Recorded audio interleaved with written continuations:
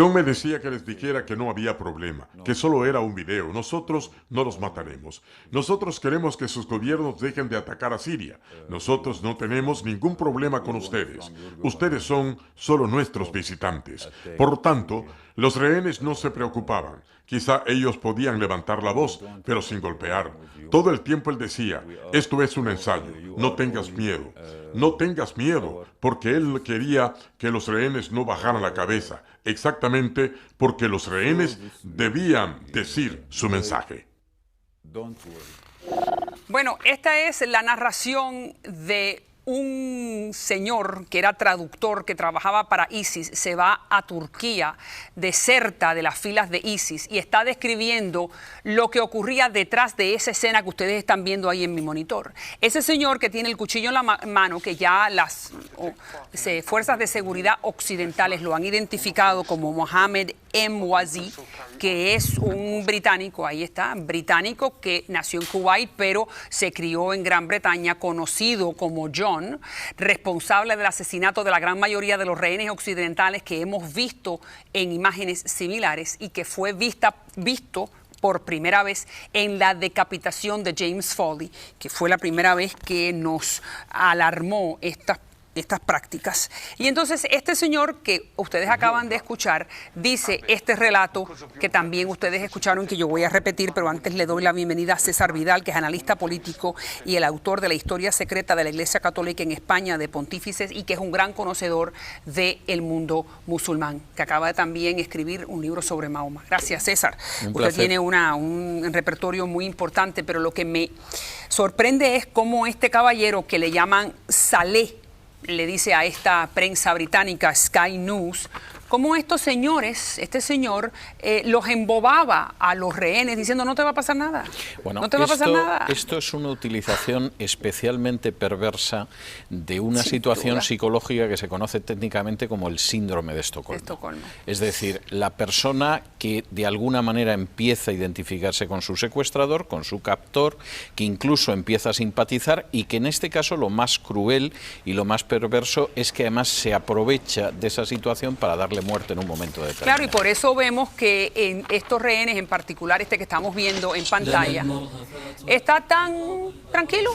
¿Por qué? Porque este mismo ensayo lo habían hecho varias veces antes, donde le aseguraban al rehén no te va a pasar nada. No, y seguramente el rehén estaba convencido de que no le pasaría nunca nada. El gran problema es cómo se hace, y cómo se hace además con un fin perverso, porque ISIS está utilizando muy bien los medios de comunicación. Es decir, a diferencia de otros grupos como podía ser Hezbollah, como podía ser el caso de Hamas, que de alguna manera los medios de comunicación los han utilizado para consumo interno, ISIS está utilizando sobre todo el consumo externo. Es decir, lanzar un mensaje de terror, lanzar un mensaje sobrecogedor para Occidente. Fíjese, este señor ha sido una entrevista larga que le ha dado los británicos. Aquí hay otro fragmento, veamos. Cuando él mató a Kindy Goto yo lo vi, pero no de cerca, sino desde una pequeña distancia. Estoy seguro que lo mató.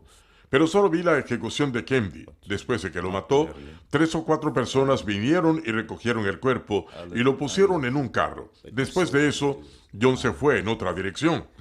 Un hombre turco decía dónde poner la cámara, dónde colocarse, pero John era el gran jefe, tal vez porque él es el que usa el cuchillo.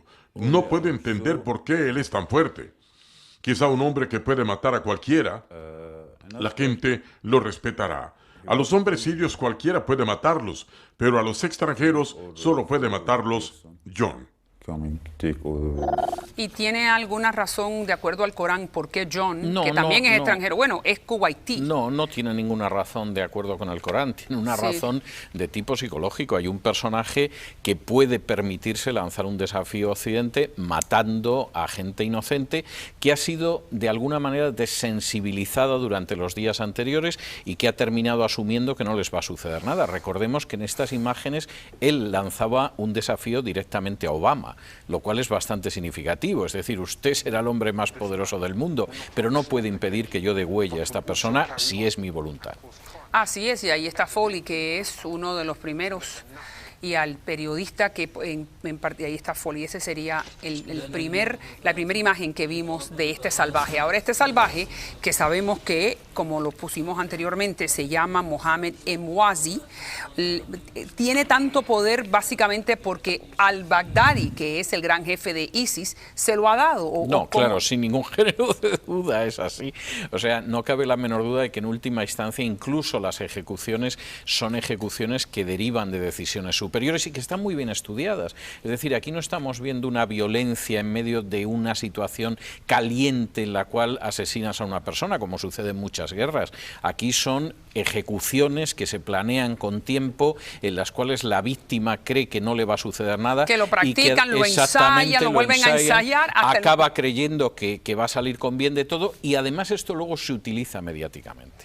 Y entonces el hecho básico de lo cual estos señores, como tú mismo dijiste, Hezbollah, Hamas, otros grupos terroristas que también están enfrentados a Occidente, a Israel, no utilizan estas tácticas, pero ISIS sí, es solo y exclusivamente para consumo nuestro, los occidentales, para meternos miedo. No tengo la menor duda. Pero entonces, ¿qué sacar de nosotros? Bueno, yo creo que fundamentalmente el mensaje es muy claro, o sea, márchense porque primero ustedes no pueden impedir este tipo de atrocidades. Y segundo, si caen en nuestras manos, este es el futuro que les espera. El mensaje no puede ser más claro. Y hasta ahora no es que han triunfado, pero sin duda han hecho mella. Bueno, no cabe la menor duda de que por lo menos la situación está en tablas y no da la sensación de que vaya a cambiar a corto plazo. Esto parece también bastante claro. Los occidentales, el presidente, bueno, los Estados Unidos y todos los diferentes amigos europeos, sin duda que ISIS es un problema. Vamos entonces a donde también hay otro problema, que es el Vaticano. Algunos consideran que el Papa Francisco, que nosotros tanto respetamos, está bastante solo. ¿Y está solo por qué? Porque uno de sus asesores está en la mirilla. ¿Y por qué está en la mirilla? Porque están enfocando al Banco del Vaticano. Bueno, ¿qué es lo que pasa con el Banco del Vaticano? El Banco del Vaticano, que se creó en 1896, o sea, ya tiene su tiempo, por lo menos desde los años 60 ha estado inmerso en cantidad de actividades delictivas. Sí.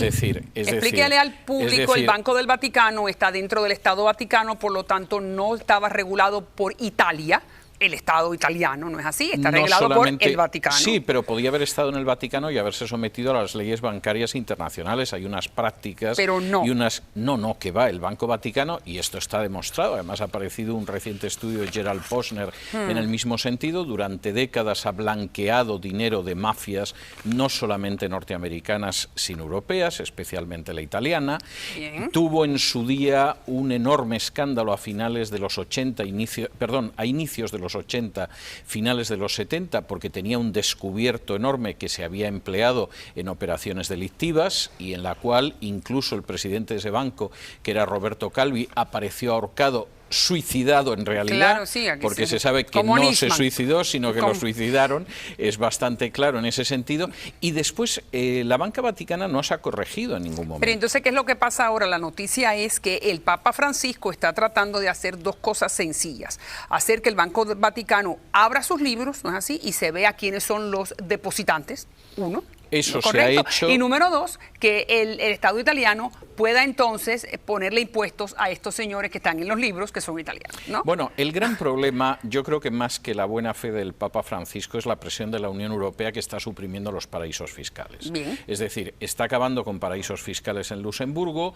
está acosando a Suiza y, lógicamente, no iba a permitir que existiera un paraíso fiscal en el Vaticano. ¿Y quién se opone entonces a que el Papa Francisco esté de acuerdo con la Unión Europea?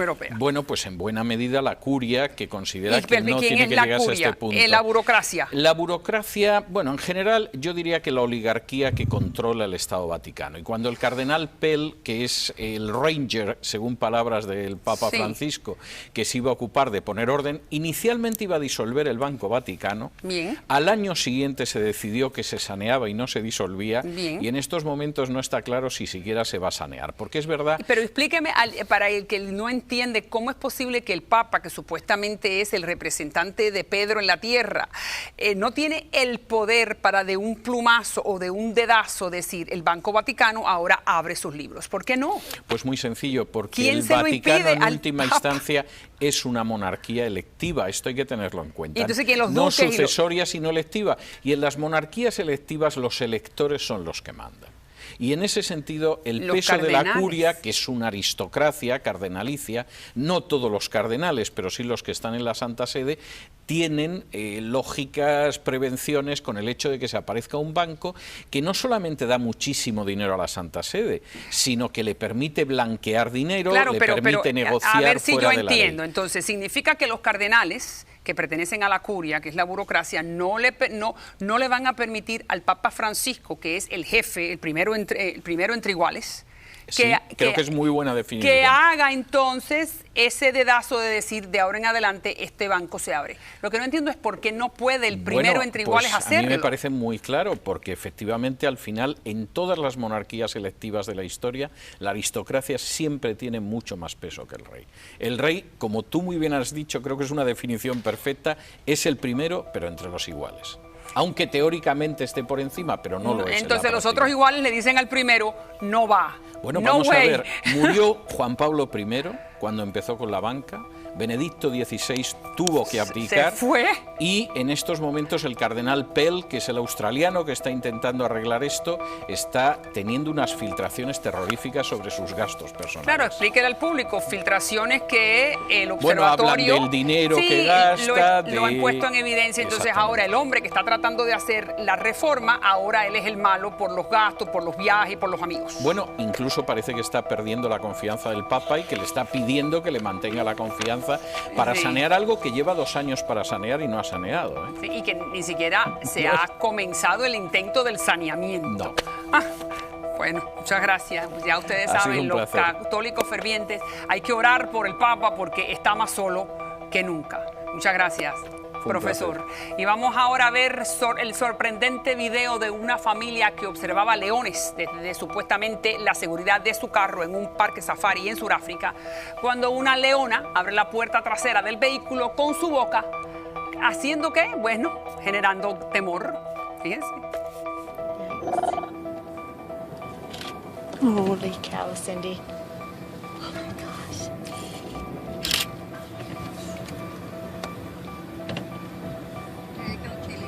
I know. You're supposed to lock the door. Oh my gosh, I didn't know.